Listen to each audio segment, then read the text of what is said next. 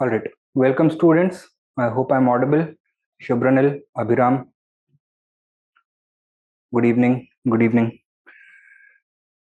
Now, we were talking about later Vedic age in our previous lecture. We had talked about the political changes and economic changes.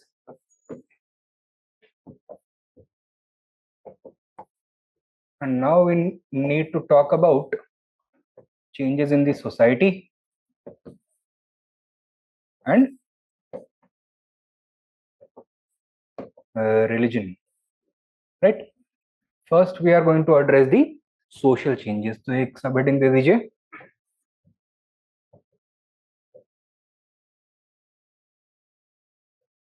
Social changes. Now, with the emergence of agriculture as the mainstay of the economy, what happened to the level of economic differentiation? It increased. So, economic stratification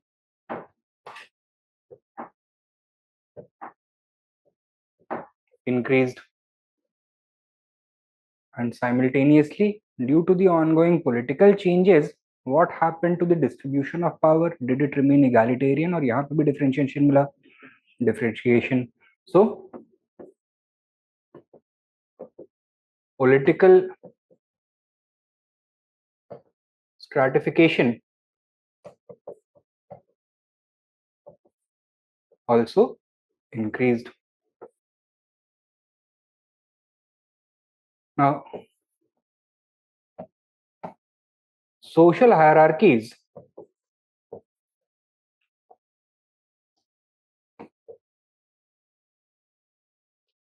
are the result of the combination of political and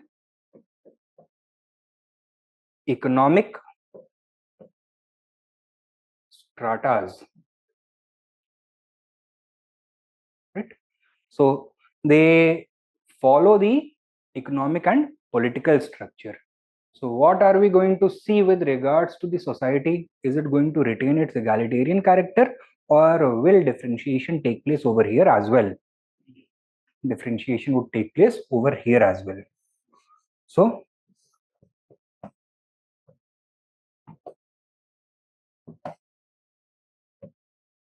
egalitarianism of the early Vedic age ended and was replaced by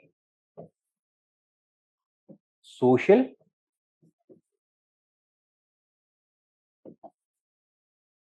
stratification.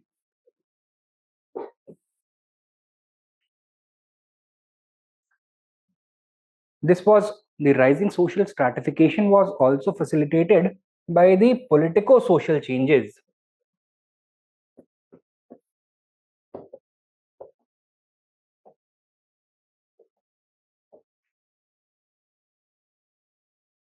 That were taking place at this time. What was happening? In the field of polity, the tribal states were replaced by territorial states, and the relationship between different territorial states, cooperative or adversarial? Adversarial. Territorial. Warring states had replaced the tribal warring states, right? Now, major change क्या हुआ इस scenario में?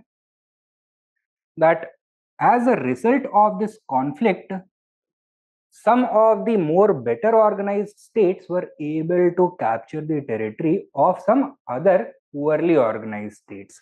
So, territorial expansion took place. Is this going to have any impact on the demography of the state? Yes. What kind of an impact? The population of the defeated states would be incorporated into the population of the victorious states.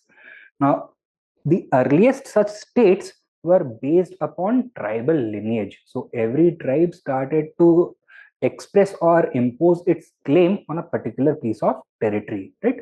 So every tribe of Aryans used to have their own territory during the beginning of the later Vedic age. Gradually, with time, the more efficient ones would continue to become larger and larger in size. And what is the result of this going to be? Is the state going to be able to preserve its unique tribal identity or not? It will be diluted. Okay? So this is going to result in the incorporation of other groups, leading to the dilution of the tribal identity. While initially the subjects of every state belong to the same tribe, this would not be the case, as some of the more successful states started to become larger and larger in size. For example, ये एक tribal state है which is surrounded by several other tribal states,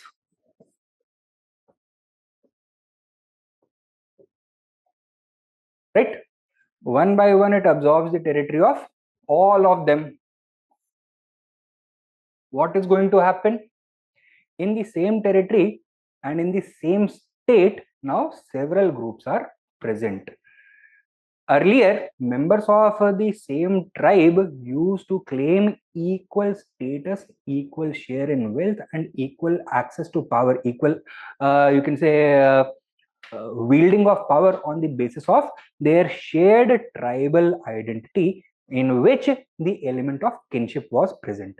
Will members of one tribe be able to claim kinship with the members of other tribes? No. So, ये जैसे dilute होगा. With this, the claim of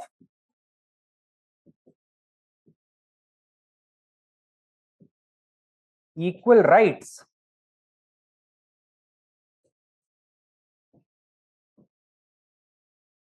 privileges, status, and power, they would be weakened with this. Okay? And who is going to benefit from this? The ruling class, right? So this would open the doors for the concentration of power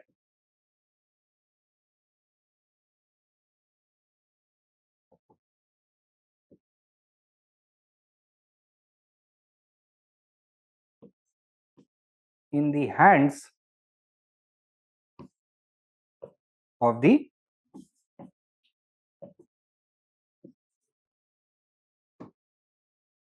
ruling class, right? And once they gained power, would they ever want to give it up? No. So they are going to put in place certain rules and structures to maintain the status quo within the society, right? And as such, social stratification would become stronger. One manifestation of such a rule-based hierarchical order was changes in the institution of the Varna system.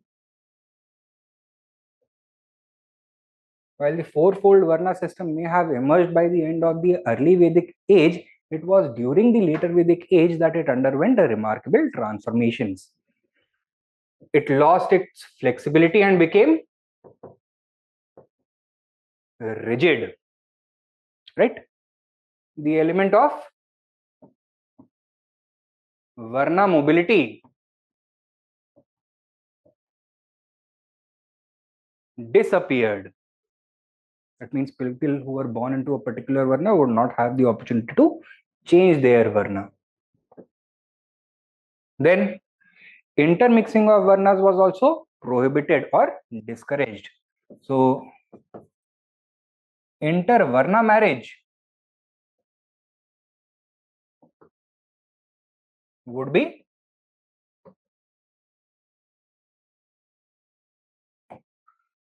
discouraged.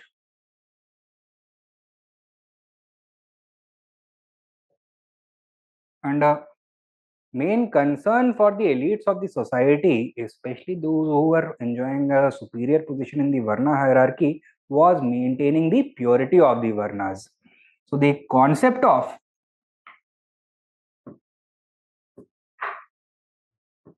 purity and pollution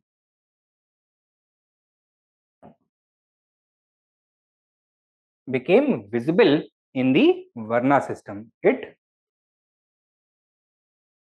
emerged as part of the Varna system.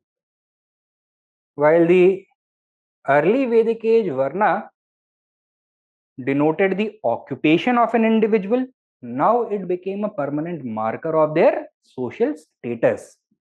So it was transformed into a marker of social status. And while earlier the Varna of an individual represented the occupation of an individual, which was assigned to them on the basis of their capabilities, now it was assigned at birth.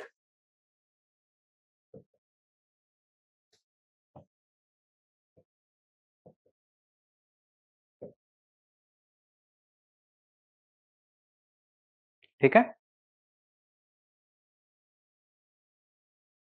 this clear?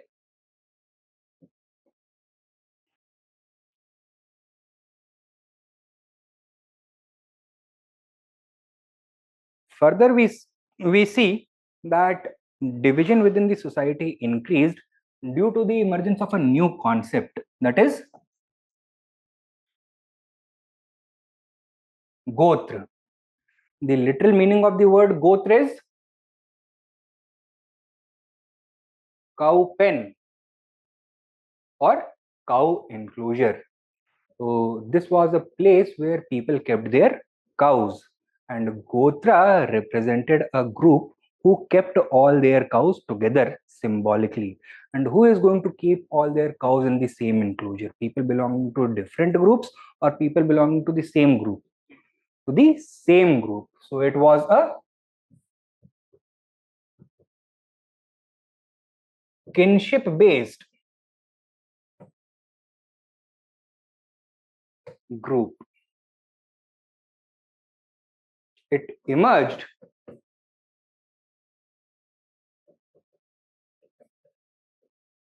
initially among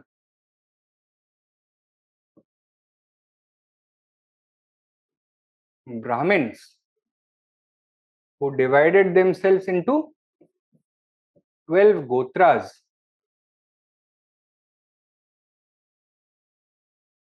With each gotra and its members claiming to be descendants of the same Maharishi. So 12 different Maharishis resulting in 12 different gotras. What kind of a group was it? Was it an inclusive group or an exclusive group?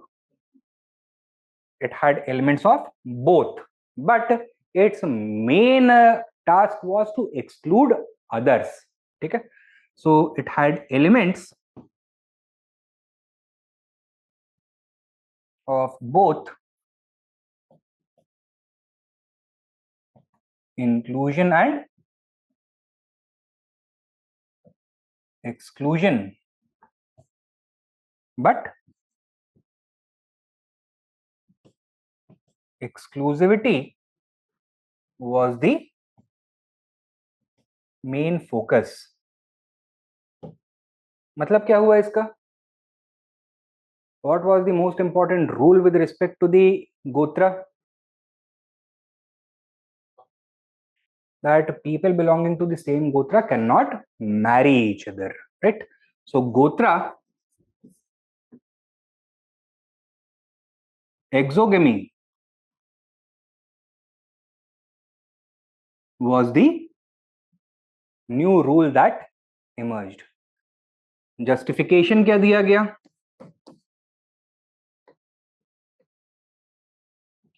That as all the people belonging to the same gotra are descended from the same common ancestor, they are effectively members of the same extended family.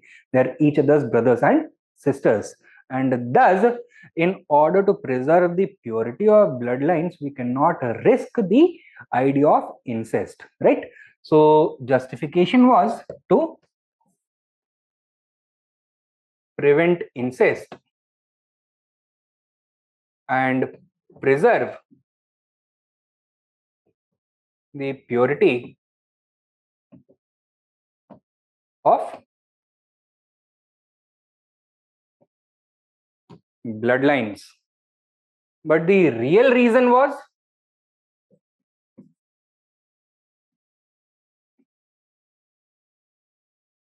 something different. Practical reason क्या था? That the later Vedic age was a period of emerging socio-economic and political conflict.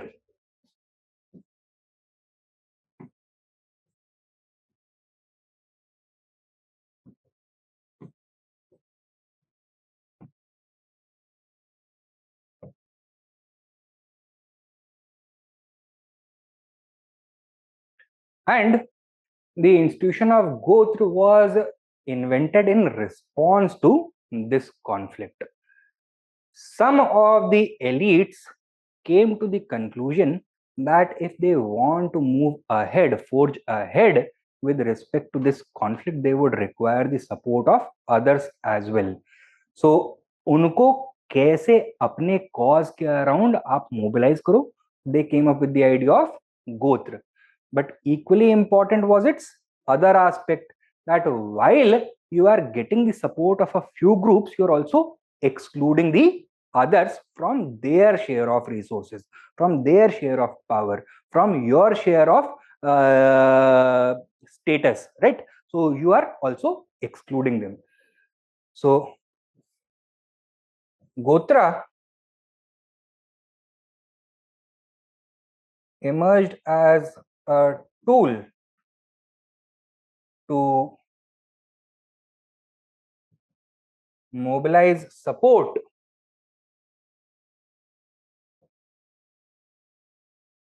from members of the same Gotra, and at the same time, what else? Simultaneously,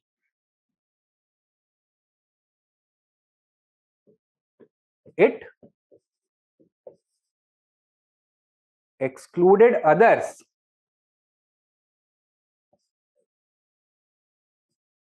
from this group. Okay. Although it had emerged initially among Brahmins, it did not remain confined to Brahmins only. Rather, others also adopted the Gotra institution. So the other two upper varnas, the Vaishyas and Shudras, were also subsequently divided into 12 Gotras each. Clear hai? So institution of Gotra emerged at this point of time.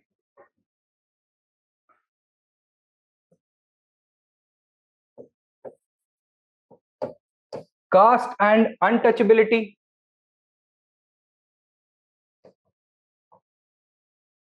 Did they exist during the early Vedic age? No. And neither would they exist during the later Vedic age. They were absent from society. Why? Because while socio-economic and political differentiation was increasing, it had not increased to the degree that further division apart from the varnas would be required. तो सब division की जब जरूरत होगी तब वो emerge होगा caste का idea, and with caste would emerge the idea of untouchability as well. So while the society was losing its tribal egalitarianism, it had not become extremely unequal as it would become much later during the post-modern period. So it would be during the post-modern period that ideas such as caste and untouchability would start having an important role to play. Right? Now, apart from this, new concepts such as ashram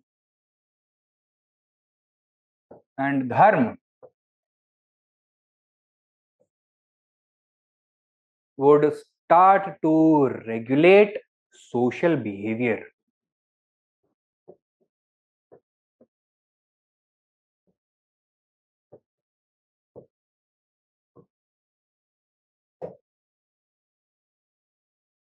The concept of dharma refers to a set of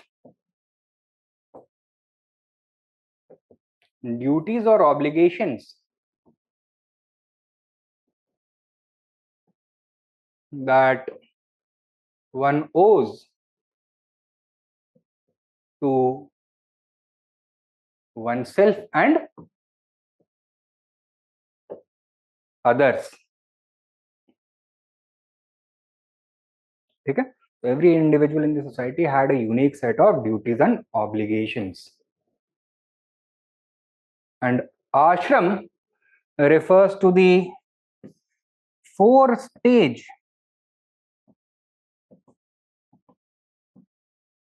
division of the life of an individual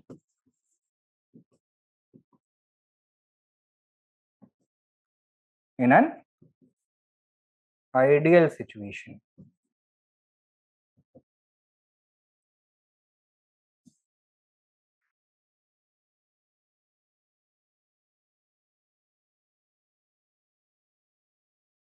What were these four ashrams? Four stages. First one, brahmacharya. Second one, grihast. Third one,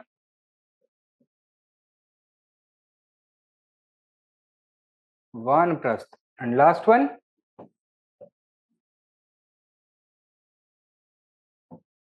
sannyas.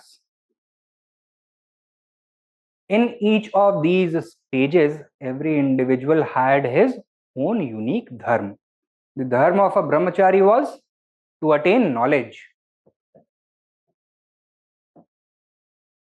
The dharma of a grihastha ashram individual was to pursue material well-being.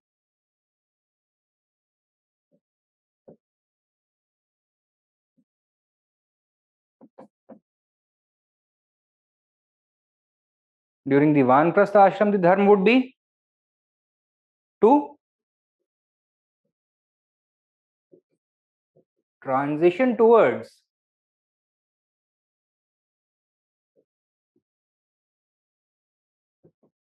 renunciation. Van comes from the word van, which means forest, and prasth is to move towards. So vanprasth, move towards the forests. And sannyas is complete renunciation and pursuit of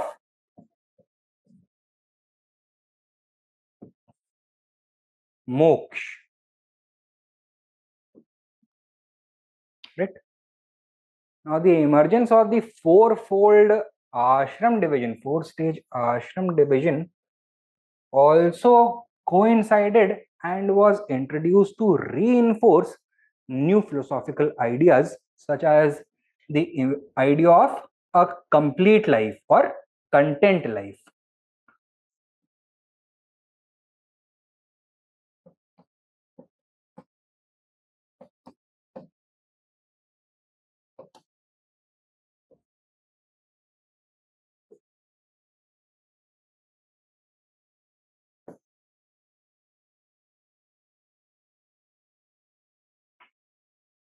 The Upanishads outline four important things which constitute a complete or a happy life. These are known as the four purusharths. क्या क्या है ये? धर्म, अर्थ, काम and moksha. Righteousness, material well-being, sensory pleasure and salvation. If an individual has this, that means he has lived a full life. All right. If he does not, that means he does not have a full life and he will suffer. Clear है? And ये जो fourfold ashram division था, this was to prepare the individual to attain these four purusharths. ठीक है? Do you think that the dharma and ashram of people belonging to different varnas would be the same? No, they were different. They would change in accordance with varna and gender. So the idea of ashram and dharma did not emerge in vacuum. It crystallized in association with the varna hierarchy, right? So it resulted in the emergence of a system known as the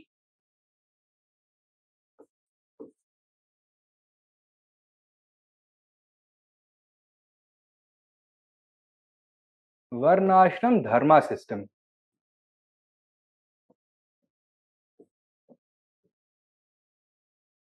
Okay? In which every individual, in accordance with their varna and ashram age, would have a unique set of responsibilities, right? For example, the dharma of a shudra, what would that be? Simply to serve the people of the upper varnas. This would be applicable throughout his life. Would he have access to moksha? No. Would he have opportunity to pursue material wealth? No. Would he have the opportunity to receive education? No. Right? And as I am sure you are able to appreciate, this Varnashram Dharma system was actually the foundation for the future domination of the Brahmins in the society. So it laid the foundations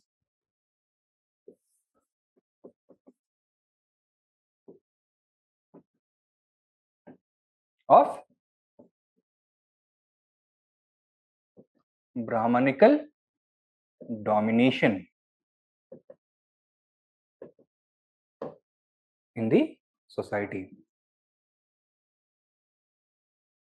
Since after all, it was the Brahmins who were in charge of all the philosophical and scholarly pursuits, and they were the ones coming up with these ideas and social hierarchies, and also the tools in how to reinforce them. Clear hai?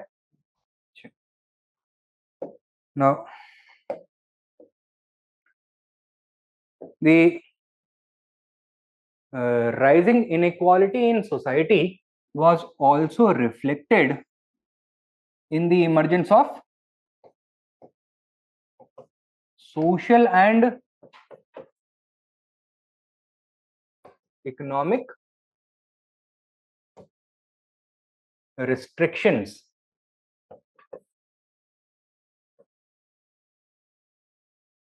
such as the exclusion of Shudras and women from education.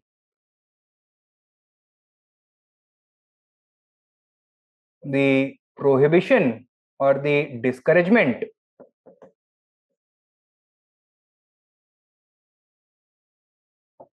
of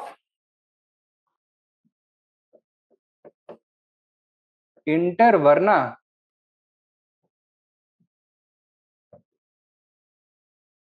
marriages, the exclusion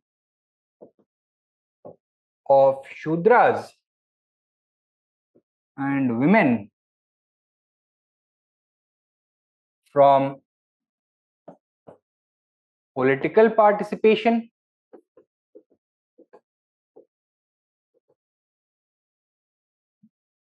and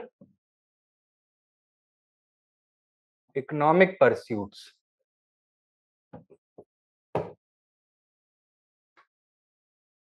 Etc.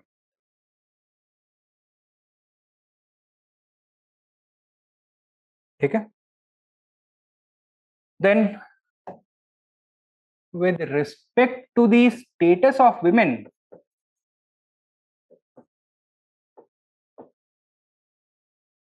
are we going to see any changes as compared to the early Vedic age?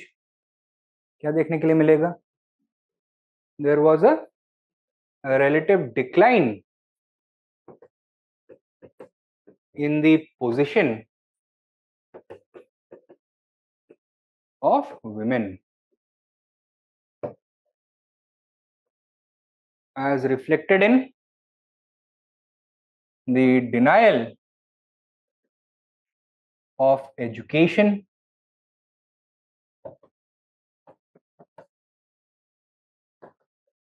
inheritance, political access, and economic opportunities.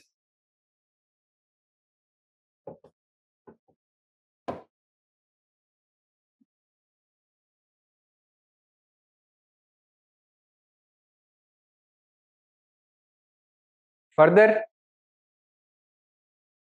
what are we going to see?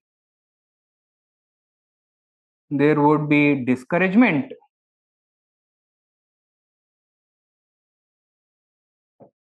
of widow remarriage,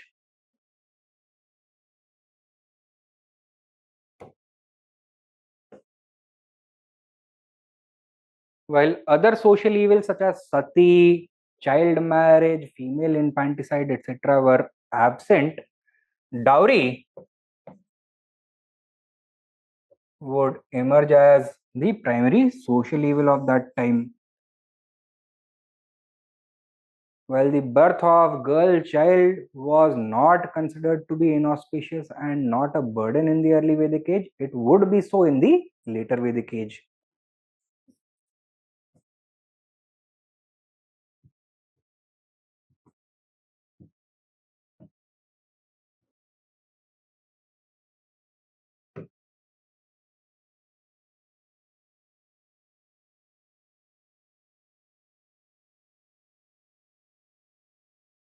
And why this decline in the position of women?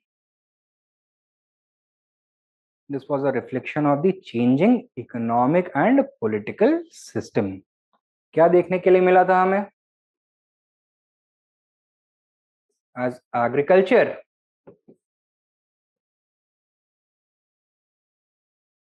became more and more important, the demand for agricultural labor increased, right? And while women could not pursue economic enterprises on their own, they could work in the fields. Further, women were also responsible for producing the next generation of workers, and therefore, the need to control the valuable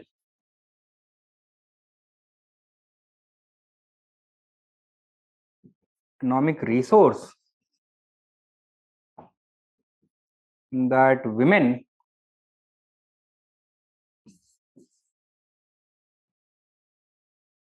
represented, that would increase. Is this clear? And how would this control be exercised? Through restrictions on the freedoms that women enjoyed.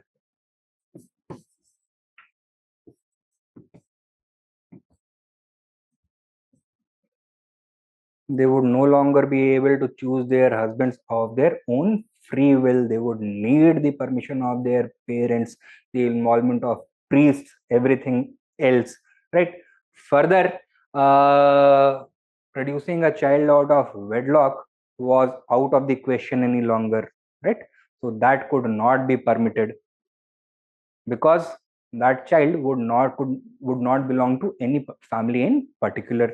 The entire society is going to suffer as a result. He would not have ownership of any land.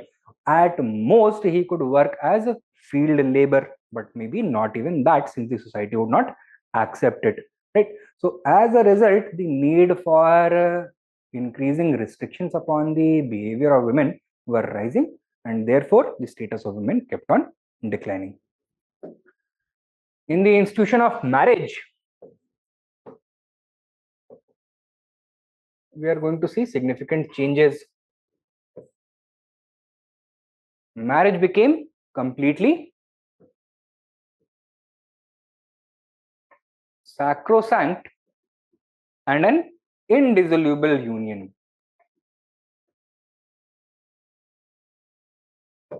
That means under no circumstances could it be dissolved. So even if women were unhappy, they were in an abusive relationship, they had no recourse. They could not have any freedom from that. Further, a number of regulations and restrictions were imposed. For example, the Chandogya Upanishad talks about two types of marriages: Anulom marriages and Pratilom marriages. While one was allowed but discouraged, the other was completely prohibited legally. Anulom marriage क्या होता है? Hypergamy. This involves a man of higher varna marrying a female, marrying a woman of a lower varna. So this was allowed but discouraged. What was completely prohibited? Hypogamy, where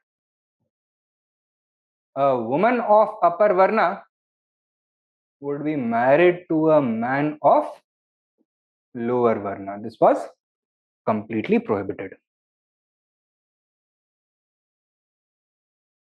ठीक है? Once again, advantage किसके favor में है? Men or female? Men or women? Men have the advantage, especially upper caste men. Further, the Chandogya Upanishad talks about 8 categories of marriages, 4 of which could be considered acceptable, while the other 4 were considered unacceptable. Okay? So these were the Brahma type marriage, Deva type marriage, Arsh type marriage,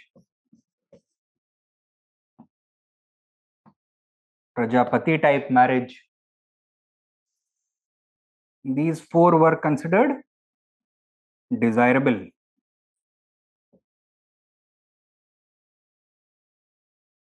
And next, undesirable marriages. The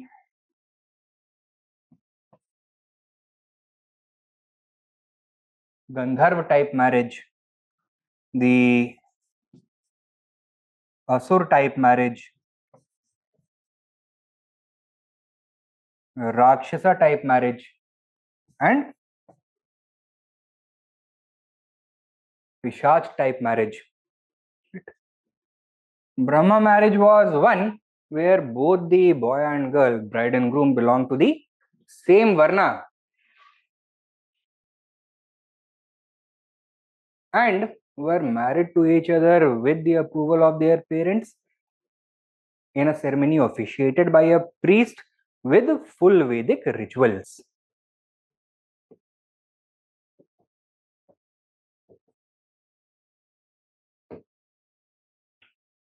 Deva marriage was the case where the bride's father, the girl's father, donates her hand in marriage to the priest who comes to their house in order to perform some ceremony. So, bride is donated to the priest as a form of Dakshina. Arsha type marriage is one where the bride's parents receive a token bride price of a pair of bull and cow from the groom's side, right? So token bride price is given in Harsha type marriage, and Prajapati type marriage is a marriage between boy and girl of the same varna with the approval of the parents but without any dowry.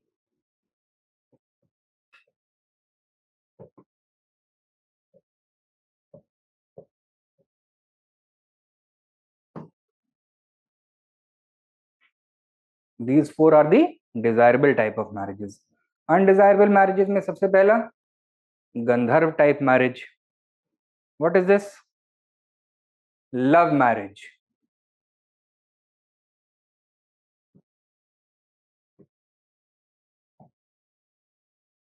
गंधर्व, तो Gandharva are a type of mythological beings. ये जितने भी सब दिख रहे हैं, all these represent different mythological beings. Pishachas are evil spirits and ghosts. Rakshasas are demons. Asuras are demigods who have gone over to the dark side. Gandharvas are followers of gods who may have certain bad, negative attributes. These kinds of things. Okay? So followers of Lord Shiva, for example, were known as Gandharvas. ना ये love marriage होता है, यहाँ पे ना कोई ceremony होता है, nor is the approval of the parents taken. So this is kind of the live-in relationship.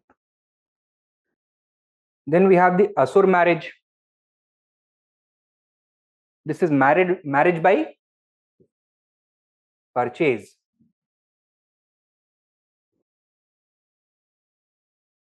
Where without taking the approval of the bride, her father sells her hand off in marriage to the groom in exchange for money. Okay? Rakshas type marriage by abduction. Without the approval of the bride or the society or the parents, when a groom forcibly kidnaps a girl and marries her. And Pishach type marriage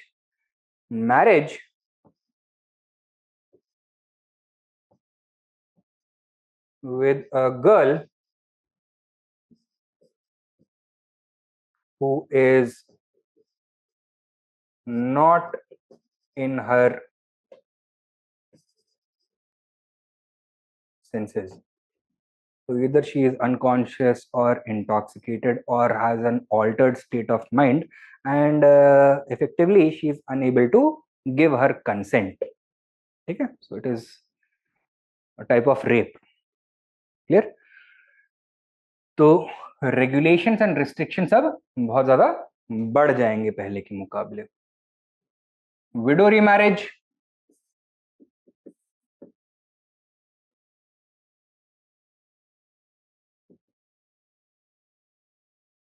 allowed or not? Allowed, but discouraged. What about ideas such as niyog?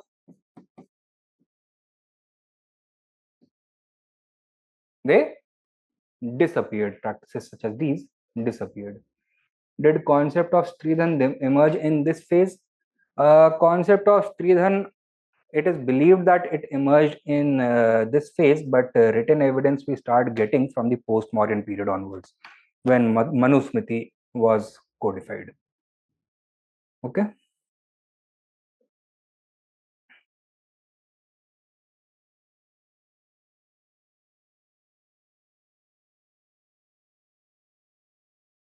Right.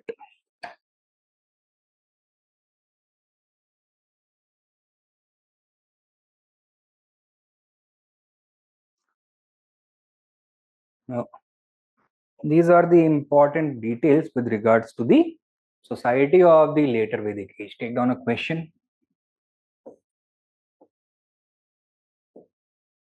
Highlight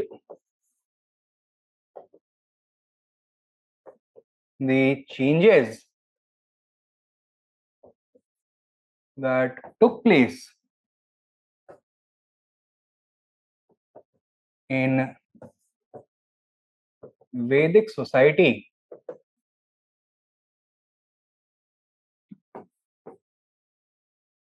from the early to the later Vedic age.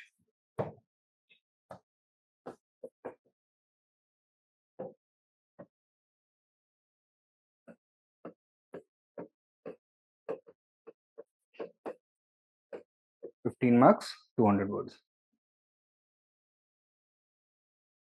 हो जाएगा? Will you be able to compare? क्या changes हुए? Over here, you do not need to only highlight the changes but explain the reasons behind it. And कैसे करोगे? You are going to begin with economic changes, how they induce political changes, and the combination of them inducing social changes from the early to the later Vedic age. Clear? One by one, all aspects of the later Vedic society you'll have to talk about. This was changes in social life. Finally, we have religious changes.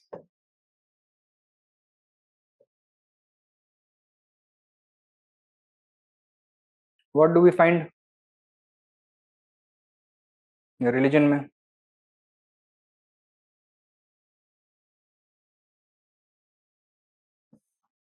The early Vedic religion was a simple, private, and inexpensive affair. This character is going to be lost. In fact, it would be characterized by heavy ritualism. लिखो, ritualism came to dominate every aspect of life. Every aspect of life, comma,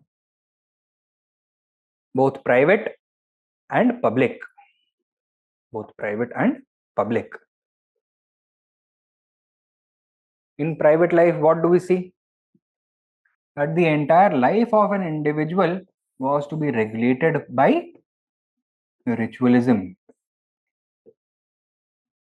During the later Vedic age, 16 important rituals needed to be performed in the life of an individual, known as the 16 sanskars.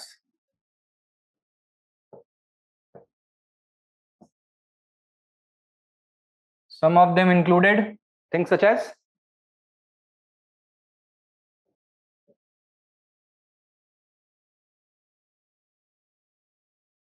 गर्भधारण,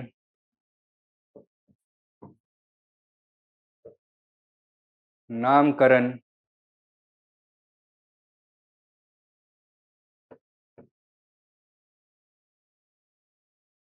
अन्नप्राशन, चूरापरण, उपनयन, विवाह, अंत्येष्टि. Garbhadharan was performed by the parents of the child before he was born, so at the time of conception. Namkaran, when the newborn child was named. Annaparashan, when he was given solid food for the first time. Churaparan, at the time of Mundan, tonsuring, ritual tonsuring of the hair of the head. Upnayan, this was the sacred thread ceremony. It represented the initiation to education. So it represented the beginning of the education of the child. Would everybody be allowed to perform Upnayan? No. Shudras and women were prohibited. Only men of the upper three varnas were allowed to perform Upnayan, and thus the upper three varnas are known as Dvij or twice born. ठीक है? Since Upnayan represented the beginning of education, it was considered to be the most important stage in the life of a child after being born. It was as important as his first birth. So, pehla birth, the actual biological act of being born, and second birth, performing the Upnayan ceremony. Right? Now, while Brahmins, Kshatriyas, and Vaishyas were allowed to receive education, there was discrimination over here as well. A Brahmin boy would start education at the age of 8 years. Kshatriyas would be allowed to perform Upanayan at the age of 11 years, and Vaishyas only at the age of 12 years, while Shudras would be prohibited from performing Upanayan. Vivaha was the ceremony of marriage. It marked the transition of an individual from the brahmacharya ashram to the grihastha ashram. And the final ceremony ritual was Antyeshti, performed after the death of an individual. These were his funerary rites or last rites. ठीक है? Now, ये तो हो गए public life को regulate करने वाले rituals. साथ में प्राइवेट लाइफ को. Public life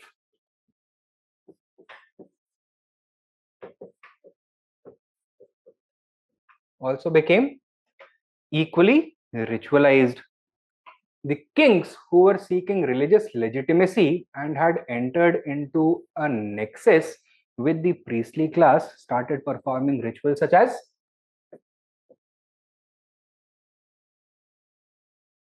Ashwamedh, Rajsooy, and Vajpayee. An important aspect of these rituals was their public nature and the public blessing given by the priest to the king.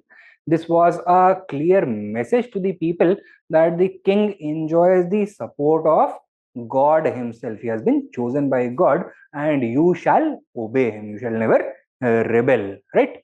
So because doing so would be an act of rebellion against God himself. This was the idea. Both public and private life became highly regimented, highly ritualized.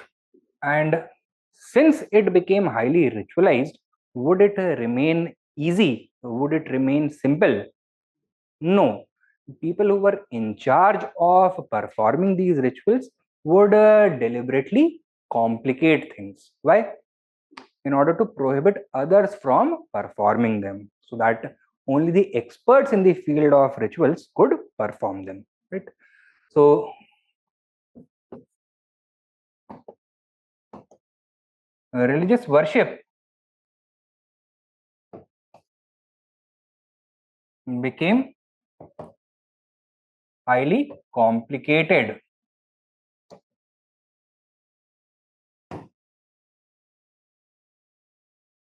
And for every ritual, who would be required? The services of a priest would be required.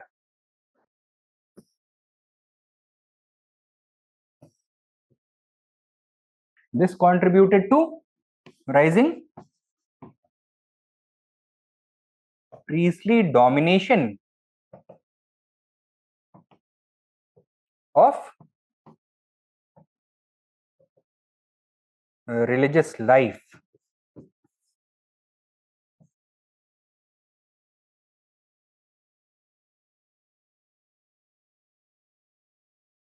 And since priests were considered so important, would they perform their services free? No. And they started demanding hefty fees. And thus, religion became prohibitively expensive.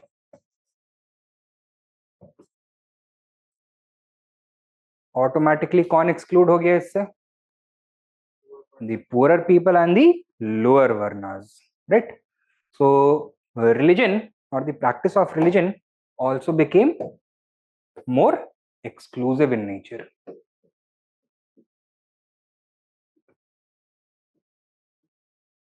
Right? Now, with this, the component of religious life itself was redefined. The nature of the religious life itself was redefined. Early Vedic religion was primarily materialistic in nature. Why did the early Aryans worship? To overcome their fears or to fulfill their materialistic desires. Now, this element remained. So, materialism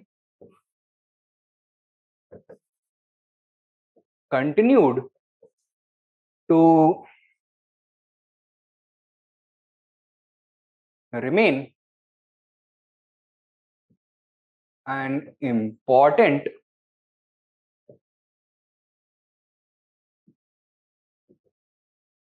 characteristic of the religion, but gradually the religion became more and more philosophical and spiritual.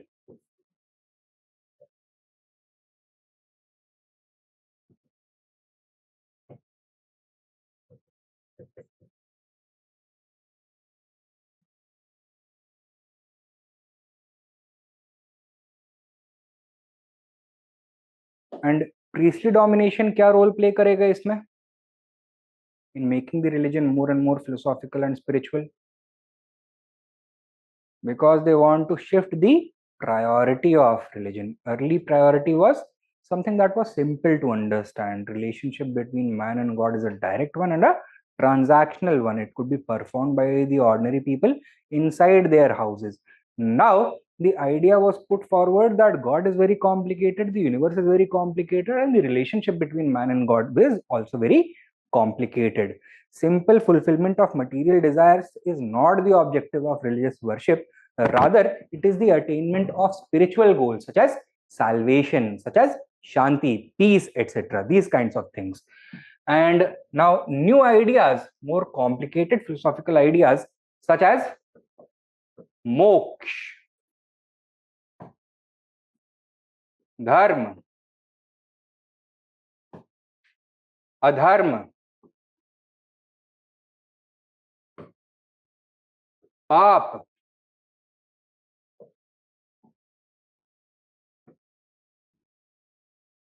पुण्य,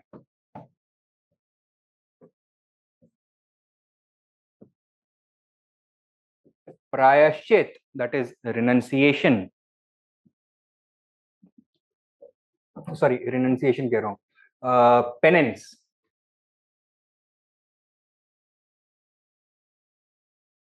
The question of the meaning of life.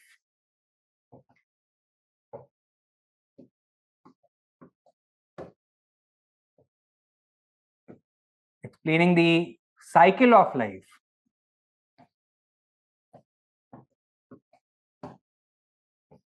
The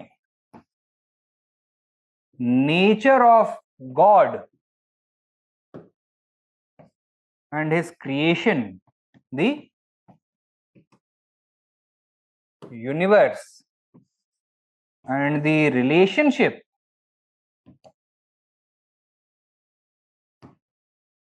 between man and God,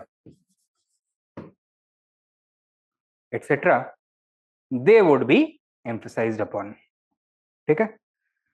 अब बिना पढ़ा लिखा आदमी इन सब के बारे में जानेगा नहीं. They would require the services of an expert in the field.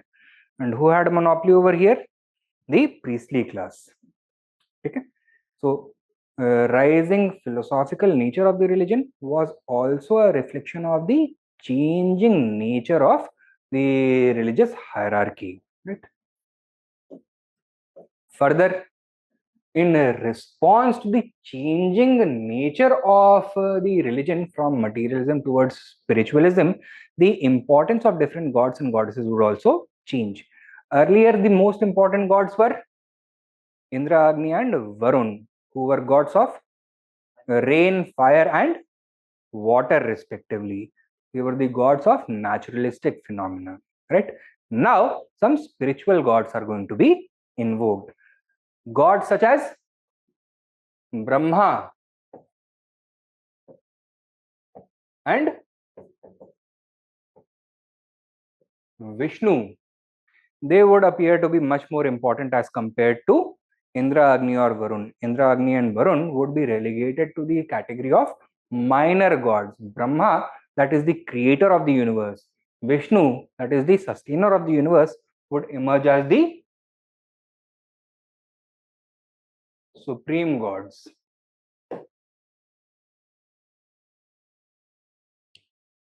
Who is the third one in this trio? Brahma, Vishnu, or Mahesh. Mahesh अभी emerge नहीं हुए थे. He would emerge later.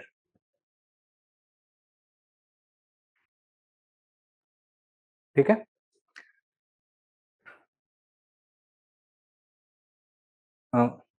These are the important aspects of later Vedic religion. Take down a question.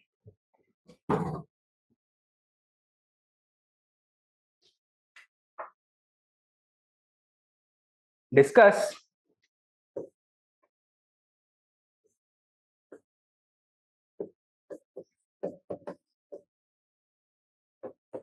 the role of economic changes between the early and later Vedic ages in shaping the religion. In shaping the religion. हो जाएगा. Word limit 200. 15 marks. Take down another question.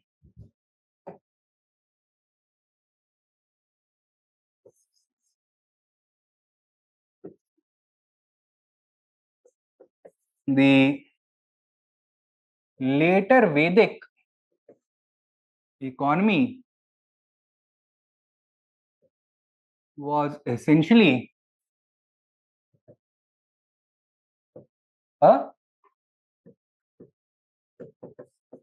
gift economy. Full stop.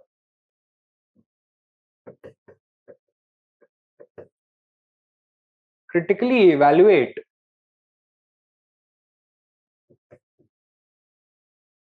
its virtues.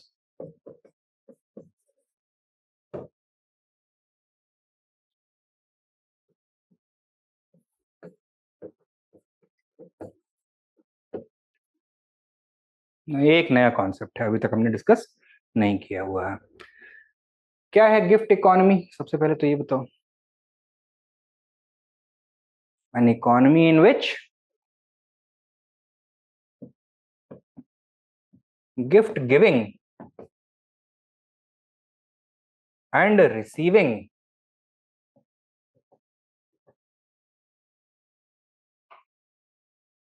form the most important form of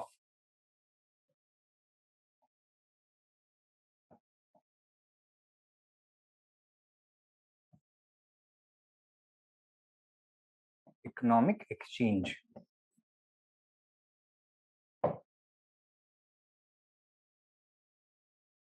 ठीक है. Now, which aspect of the later Vedic life do you think was resulting in the emergence of a gift economy? It was the later Vedic religion.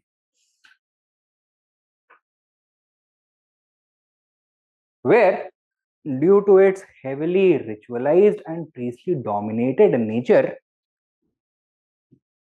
Dan that is donation, and Dakshina, that is fee,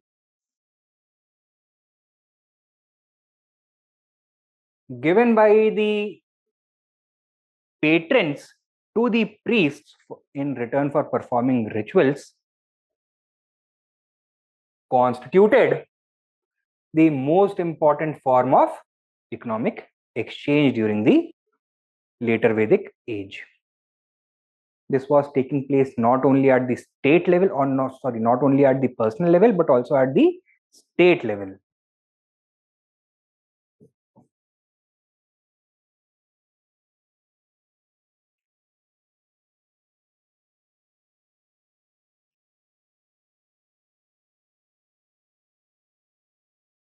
ठीक है.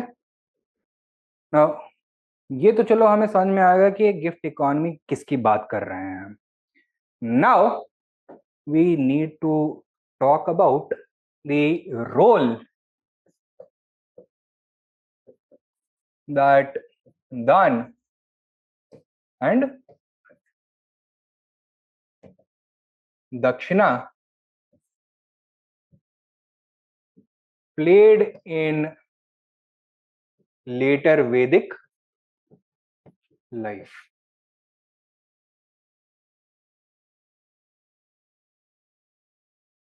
First of all, in the field of economy. कैसे, क्या role play करता होगा? It led to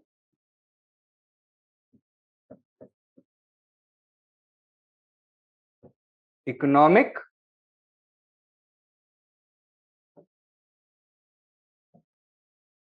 redistribution. How? The priestly class received a large amount of donations and fees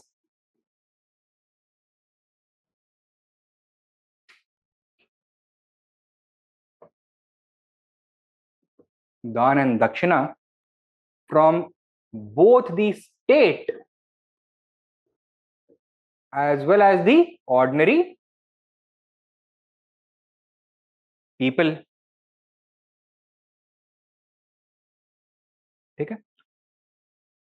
This Dan and Dakshina could take various forms. It could be in the form of land or cattle or valuable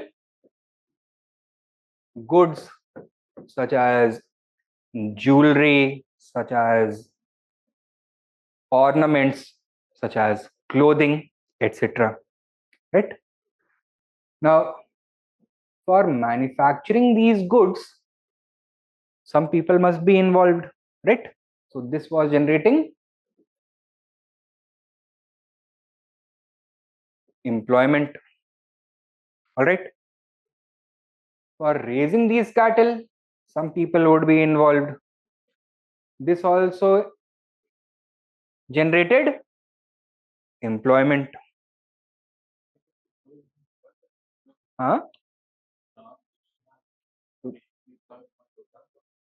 surplus है तो letter Vedic as में तो surplus emerge हो गया ना by the end. That is why all this became possible, right. And the precisely class यहाँ पे होगा क्या? They would accumulate a high degree of wealth, right? And what are they going to do with this wealth? They are going to increase consumption. The demand for other goods and services would increase. And what is this going to do? This is going to generate further employment.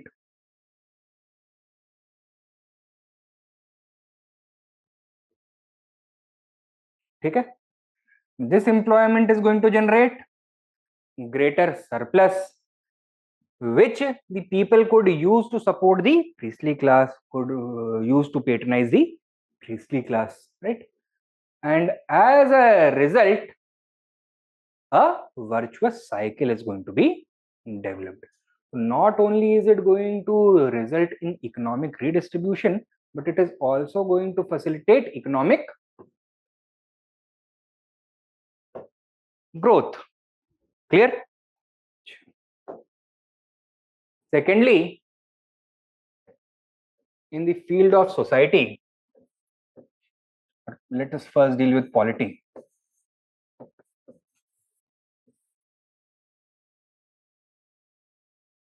What role did Dan and Dakshina play politically?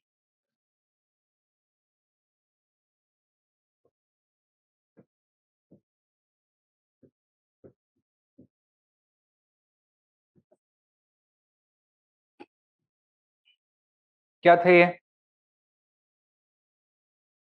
These were commodities that were exchanged as part of the priest prince nexus that emerged during the later Vedic age, right? Now, how was polity changing during the later Vedic age? The rule of the king was becoming absolute. Challenges to his authority were declining. Concentration of power was taking place in his hands, and the polity was losing its democratic character, right? Now, as a result, there could have been a very powerful negative reaction from the people who were losing their power, right? Now, some tool was required in order to convince the people not to unnecessarily rebel against the king. And क्या था ये tool? It was a tool of religion. Who was the custodian of religion? By this point of time, priestly class had established itself as the whole sole custodian of religion. And on religious grounds, they would defend and justify the rule of the king. They would legitimize the rule of the king in the eyes of the people by giving religious justification. Okay? So this was the most important commodity of exchange as part of the priest prince nexus. Clear? किसमें मदद किया है इसने? In the process of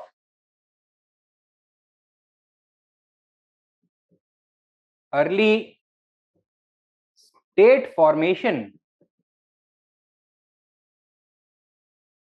during the later Vedic age, Dan and Dakshina played a very important role in facilitating it, in facilitating the transformation of the tribal janas into janapads, which were monarchical territorial kingdoms.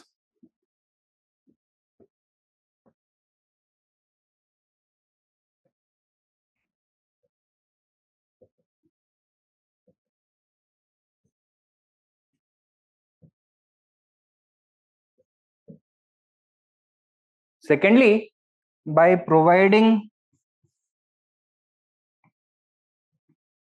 religious legitimacy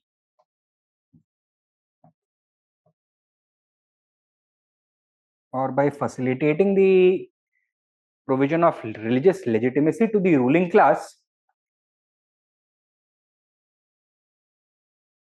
Dan and Dakshina also facilitated political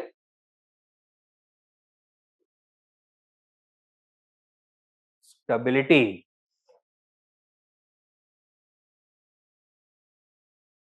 ठीक है? Thirdly,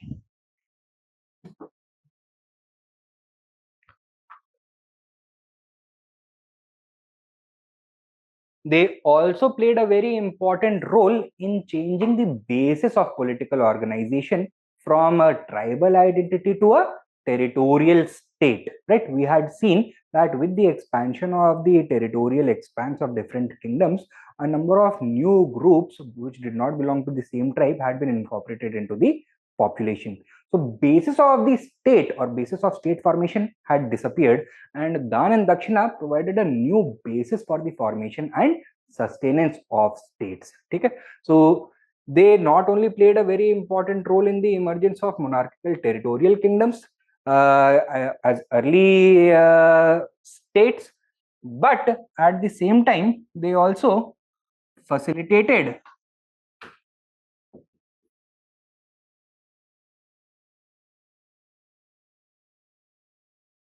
the transformation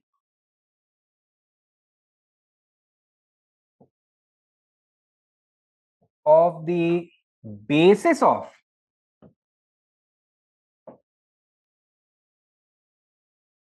statehood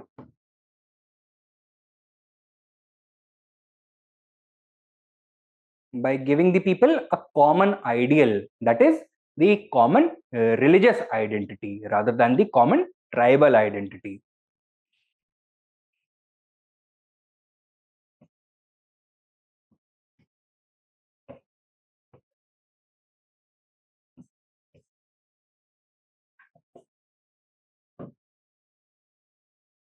ठीक है? Then they also facilitated the territorial expansion. Why? Because of the Ashwamedh sacrifice.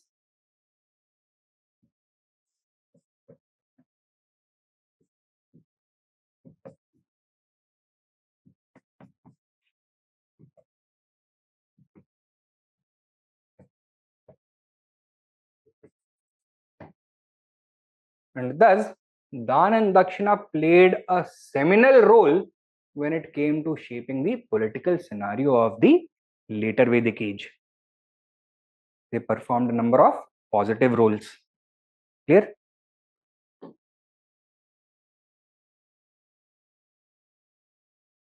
In society, when it comes to social relations, what was the role performed by the gift economy, Dan and Dakshina? The exchange of Dan and Dakshina contributed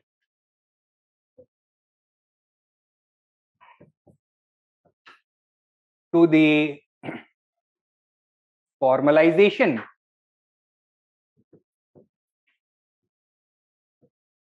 of social relations between different groups, right? The direction of the flow of Dan and Dakshina would always be towards the Brahmins.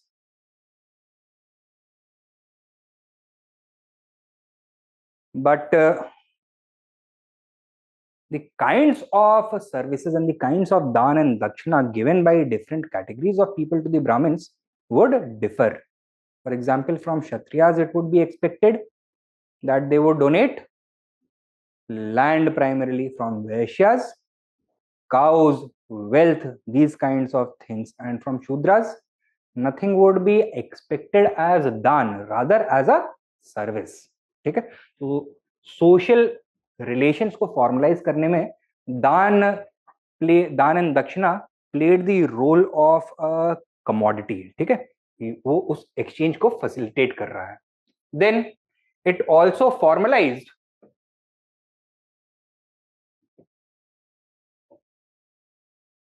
social hierarchies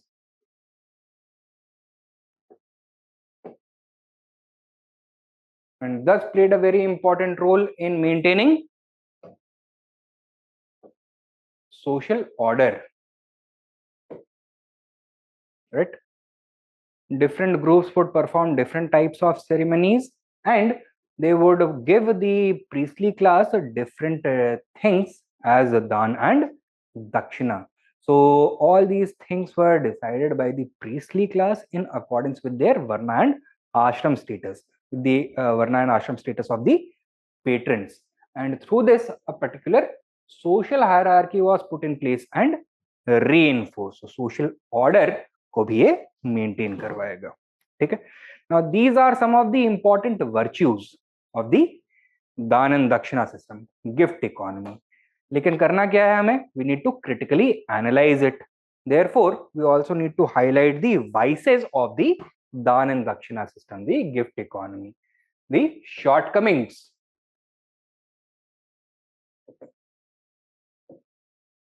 of the gift economy.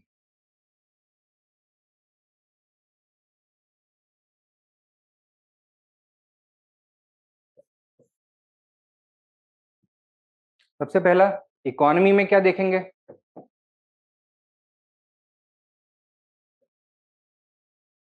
What was the basis for the exchange of dan and dakshina? Was it a rational market-based decision or was it an irrational, socially constructed artificial religion?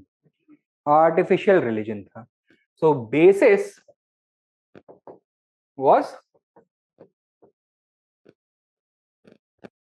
irrational and it did not always contribute to economic redistribution.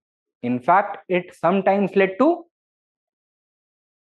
iniquitous distribution of wealth, the vulgar concentration of wealth in the hands of a few elites, that is the Brahmins.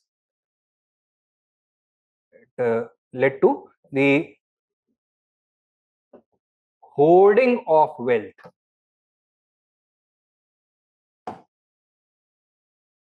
ठीक है. What was the function that the priestly class was performing within the economy? Was it performing any productive role? No. So the hoarding of wealth by this group robbed other more productive groups of this wealth that they could have invested and built upon. Okay? So it, you can say, diverted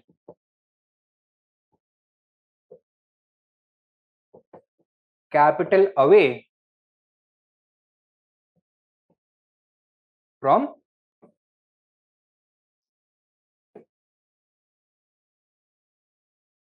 productive groups and thus slowed down growth.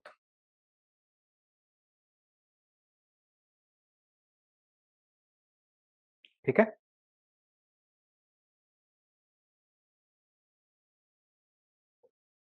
Secondly, polity में हमने क्या देखा था?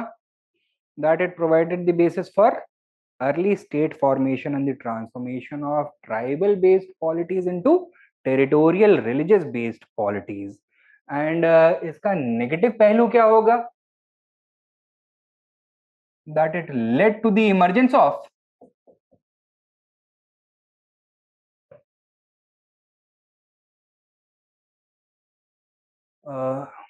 sharp political differences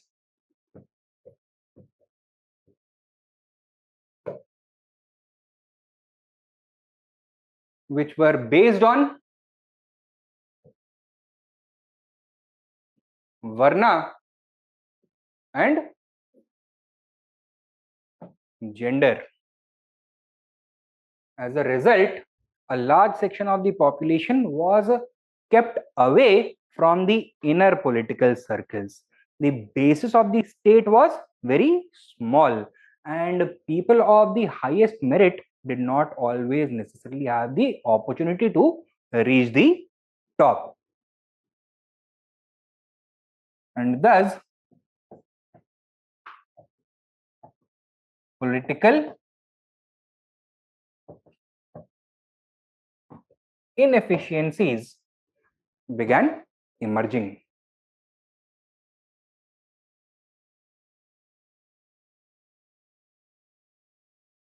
I'll come right back, अभिराम. अभी 2 minute दीजिए, ये मैं समझा देता हूँ, फिर उसके बाद.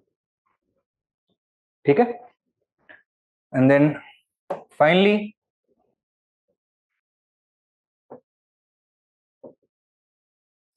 सोसाइटी में क्या shortcoming? That it facilitated the rigidification of the society. The society was left more regressive. It was left, or sorry, regressive tendencies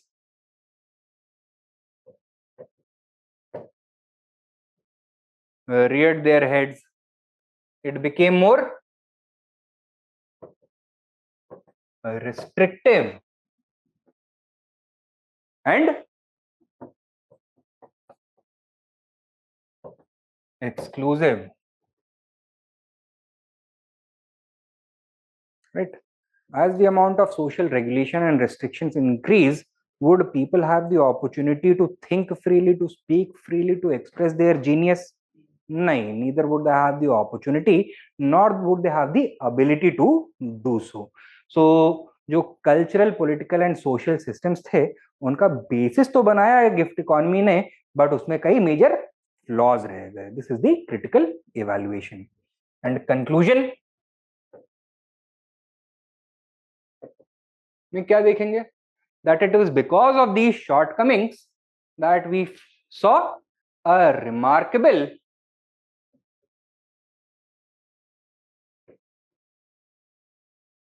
reaction during the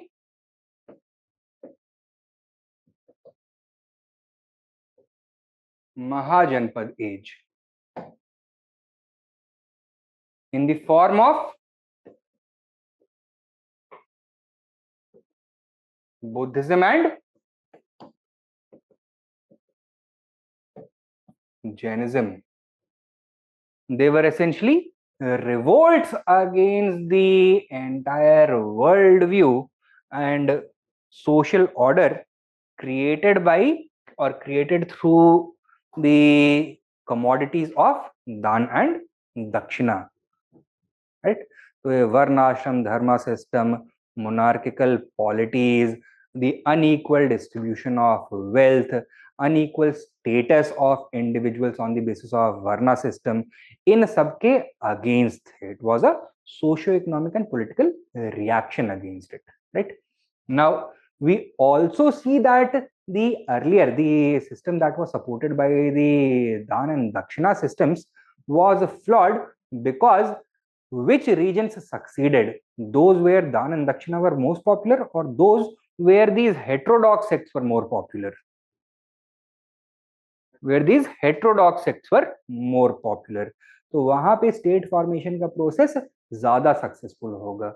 It was in the mid Ganga valley that the Magad Mahajanpad emerged, and that was the one which succeeded in creating a vast all India empire, and not any of the Vedic polities or the Aryan polities of the Aryavarta region, जहां पे दान दक्षिणा system को सबसे ज्यादा strictly follow किया जाता होगा.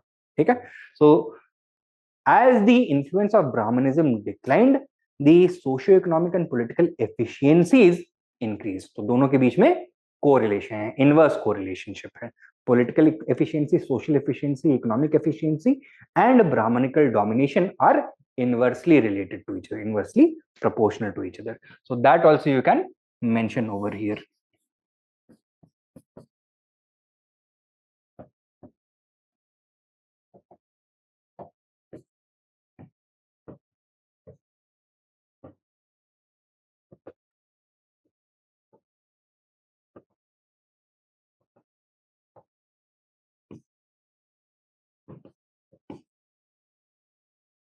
As seen in the success of Magad, where Brahmanical domination was weaker, the influence of Buddhism and Jainism were stronger. समझ में आया है? Will you be able to craft an answer now? हो जाएगा? ठीक है. Now Question है, sir, can we say that as man became more materialistic and more accustomed to vagaries of nature, later Vedic people stopped worshipping gods associated with nature like Indra, Varun, etc. less and less? Yes, so direct correlation है between that. It also reflects the changing nature of the religion itself and the people who were in charge of shaping it, right? So their priorities were now changing. That is, did mastery over technology lead them to worshipping nature gods less and less? That is absolutely correct, Abhiram. ठीक है?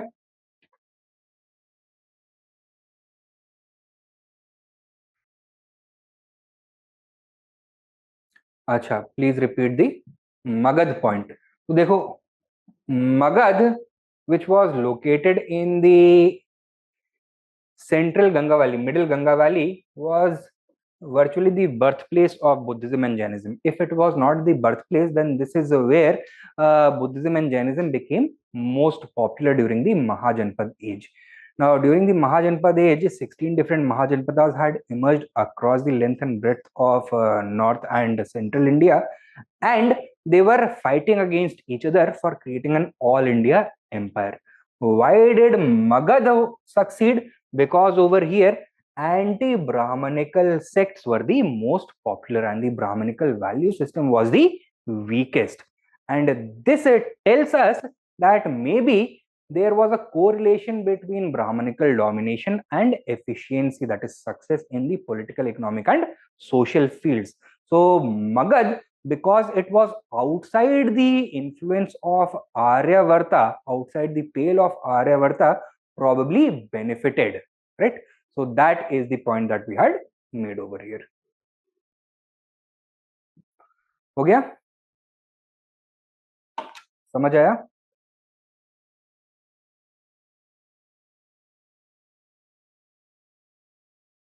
शुभ्रानिल?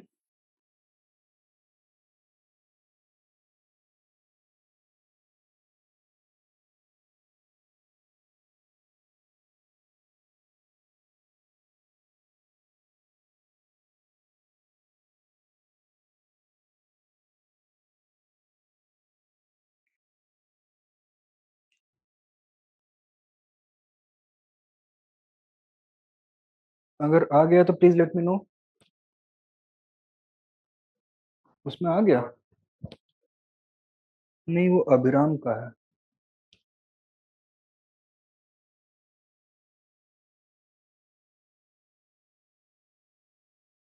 Right, तो I am assuming कि समझ में आ गया होगा.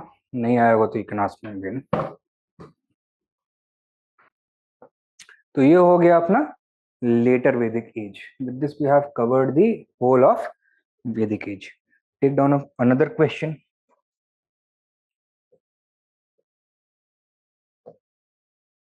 Discuss the important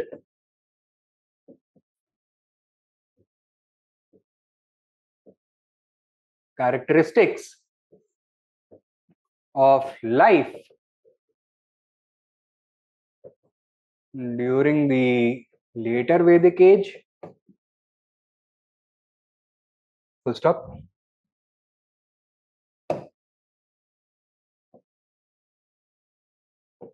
Compare and contrast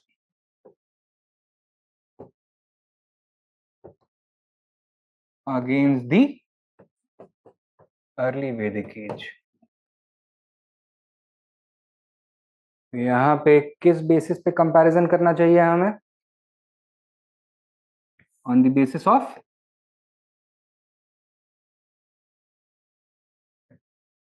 geographical footprint, on the basis of economy,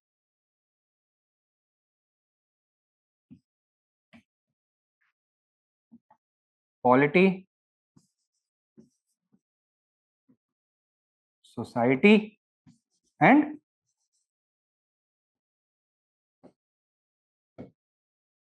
religion.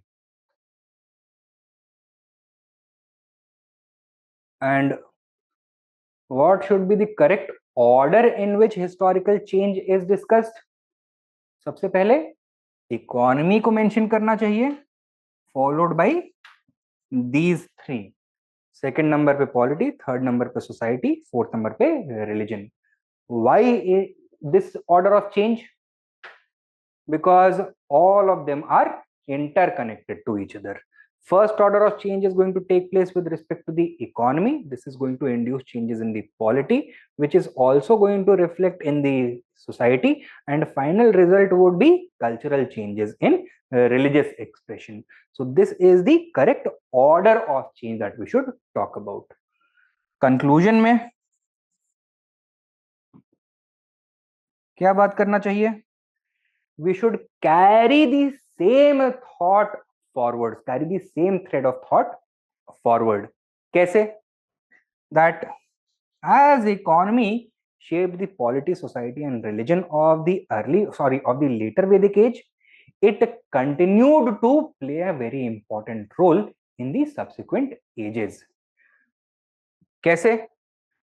Because it was the second urbanization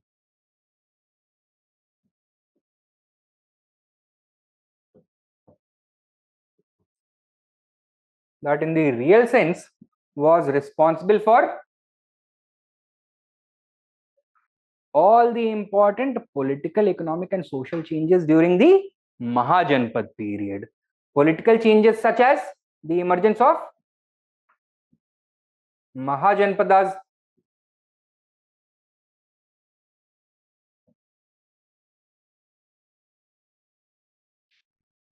social changes such as the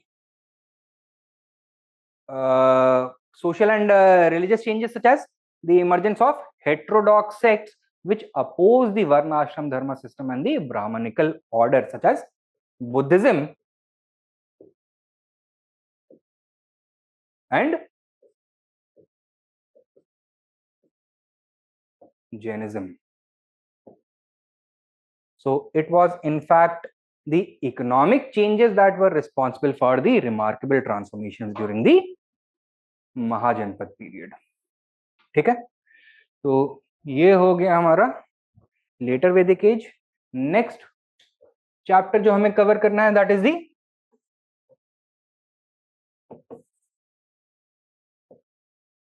महाजनपद as.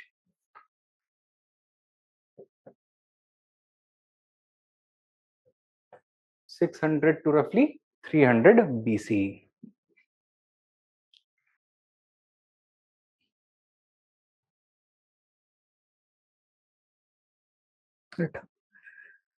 इसको आज नहीं करेंगे. We are going to do this from tomorrow onwards. Today I am ending this lecture. Notes आप लोगों के पास पहुंच चुके हैं, काफी टाइम हो गया अब तो. कल पढ़ के आइएगा and quickly we are going to try and get over this entire topic. ठीक है, so I am ending this lecture now. अगर कोई doubts हैं तो please let me know.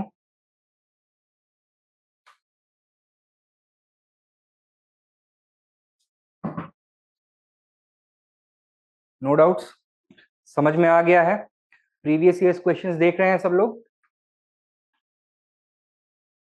देख रहे हैं? हाँ, तो उसमें से वो वाले क्वेश्चंस आइडेंटिफाई करके रखो जो कि आपके सर के एकदम से ऊपर निकल गए हैं. ऐसा नहीं कि इसका आंसर बनाना कैसे है. ये वाले जो कि आपको ऐसा लग रहा है कि ना आपके क्लास नोट से ना ही आपके हैंड आउट से वो सॉल्व हो सकते हैं, तो वो वाले आइडेंटिफाई करके रखो. आई विल सी कि वो वाले अब रिलेवेंट हैं या नहीं, या पहले के जमाने के क्वेश्चंस हैं. And if needed I will give you some extra reading material. ठीक है, चलिए then, thank you for your time.